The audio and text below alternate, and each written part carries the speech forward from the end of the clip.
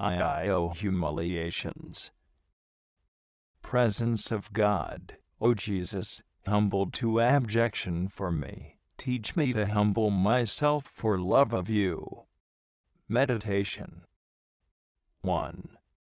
Many souls would like to be humble, but few desire humiliation. Many ask God to make them humble, and fervently pray for this, but very few want to be humiliated.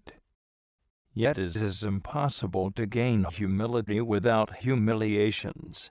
For just as studying is the way to acquire knowledge, so it is by the way of humiliation that we attain to humility. As long as we only desire this virtue of humility, but are not willing to accept the means thereto, are we not even on the true road to acquiring it? Even if in certain situations we succeed in acting humbly, this may well be the result of a superficial and apparent humility rather than of a humility that is real and profound. Humility is truth, therefore, let us tell ourselves that since we possess nothing of ourselves but sin, it is but just that we receive only humiliation and scorn. If we were really convinced of this truth, we would find it very just that all should humiliate us, treat us without consideration, and despise us. In fact, what honor and consideration does one deserve who has offended his Creator, when a single sin, even a venial one, is more deplorable and worthy of more contempt than the most miserable earthly condition, the poorest and lowest estate? The saints were so firmly convinced of this truth that they never found the humiliations which came to them too painful. They considered them, on the contrary, always less than they deserved. "I never heard anything bad said of me," said Saint Teresa of Jesus, "which I did not clearly realize fell short of the truth. If I had not sometimes often, indeed, offended God in the ways they refer to, I had done so in many others, and I felt they had treated me far too indulgently in saying nothing about these way." 15. Bear your humiliations patiently, for man is tried in this crucible as gold in the fire. Compare Cert 2, 4.5.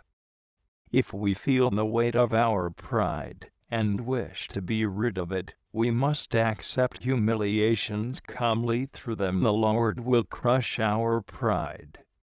2. Before seeking humiliations on our own initiative, we should prepare to accept those which will come to us against our will. Whereas subtle pride might work its way into the lowly acts we impose upon ourselves, for example, the desire to appear humble, this danger is absolutely excluded from those which come from others in spite of ourselves. However, even in this case they must be willingly accepted in order to bear fruit. It is not the humiliation itself which makes us humble, but the act of the will by which we accept it. Saint Bernard teaches that being humble and being humbled are two different things. We can say that everyone, in one way or another, receives humiliations in this life. Not many, however, become humble because very few accept humiliation and submit to it patiently. What profit do we draw from humiliations, if instead of accepting them, we oppose and resist them with resentment and vexation, and become angry with the person who gives them to us?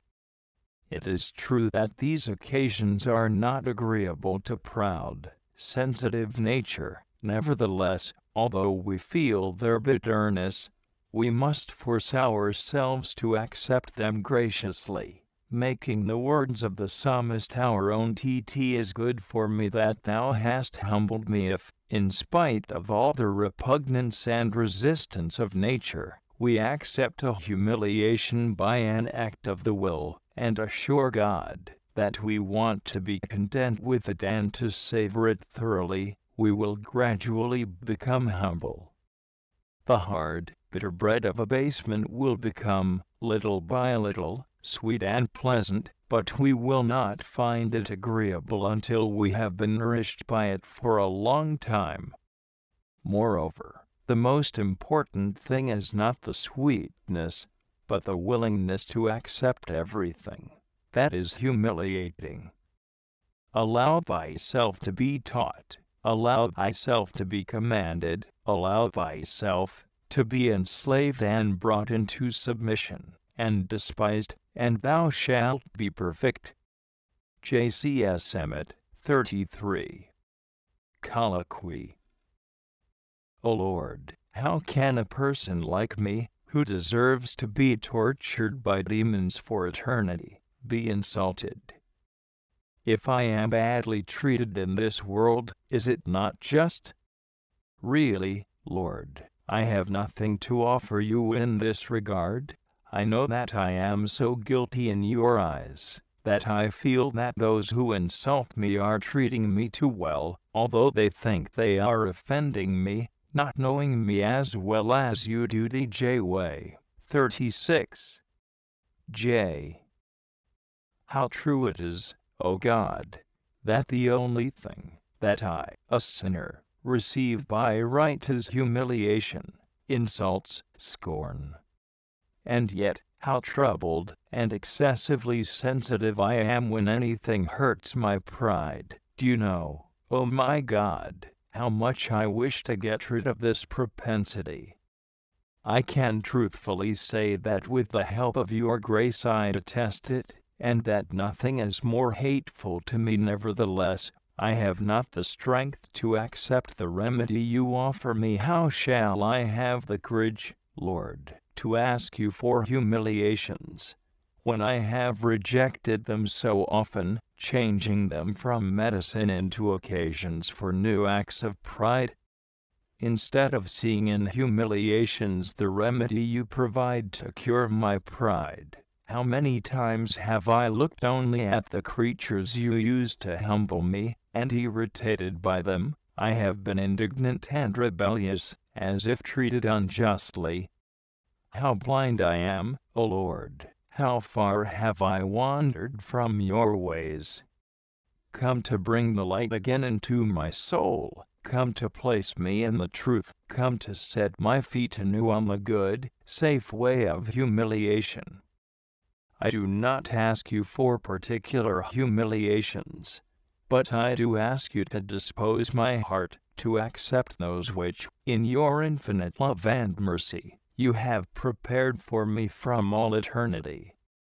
In them, I see your remedy, adapted to my pride. If up to the present I have often refused to taste it, help me now not to lose the smallest drop of it.